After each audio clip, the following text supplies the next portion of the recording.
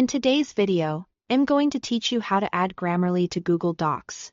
If you've ever wanted a reliable writing assistant right inside your documents, this quick setup will get you there in just a few minutes. Start by opening your browser's extension store. If you are using Chrome, that's the Chrome Web Store. In the search bar, type Grammarly. Then look for the official Grammarly extension. Click Add to Chrome. Your browser will show a confirmation and a short list of permissions so you know what the tool can access. Review those. Then choose Add Extension. You'll see a brief download, and a message will confirm that Grammarly has been added to your browser. That's the foundation in place and you are ready for the next part. Now, sign in so Grammarly can personalize your experience across sites. Click the Grammarly icon that appears in your browser toolbar from there. Sign in or create an account. Once you are logged in, the extension is active and linked to your profile, which helps it deliver consistent suggestions wherever it's supported. Next, open a Google Doc. In many cases, Grammarly activates automatically.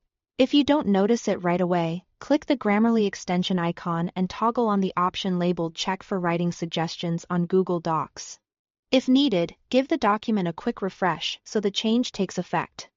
When it's working, you'll usually see a small status indicator in the lower right corner of the page, which means Grammarly is now monitoring your text for issues as you type. Here's how to use it effectively. As you write, errors and potential improvements are underlined in red directly in your document. In the bottom right corner, you'll see a circle that shows the number of suggestions. Green generally means things are in good shape, while red means there are items to review. Click that circle to open a sidebar with detailed corrections tailored to your text. Select a suggestion to apply it instantly. If a recommendation doesn't match your intent or style, you can dismiss it and move on. You'll see changes update in real time, and the counter will adjust as you accept or ignore suggestions. For longer documents, it's helpful to pause occasionally.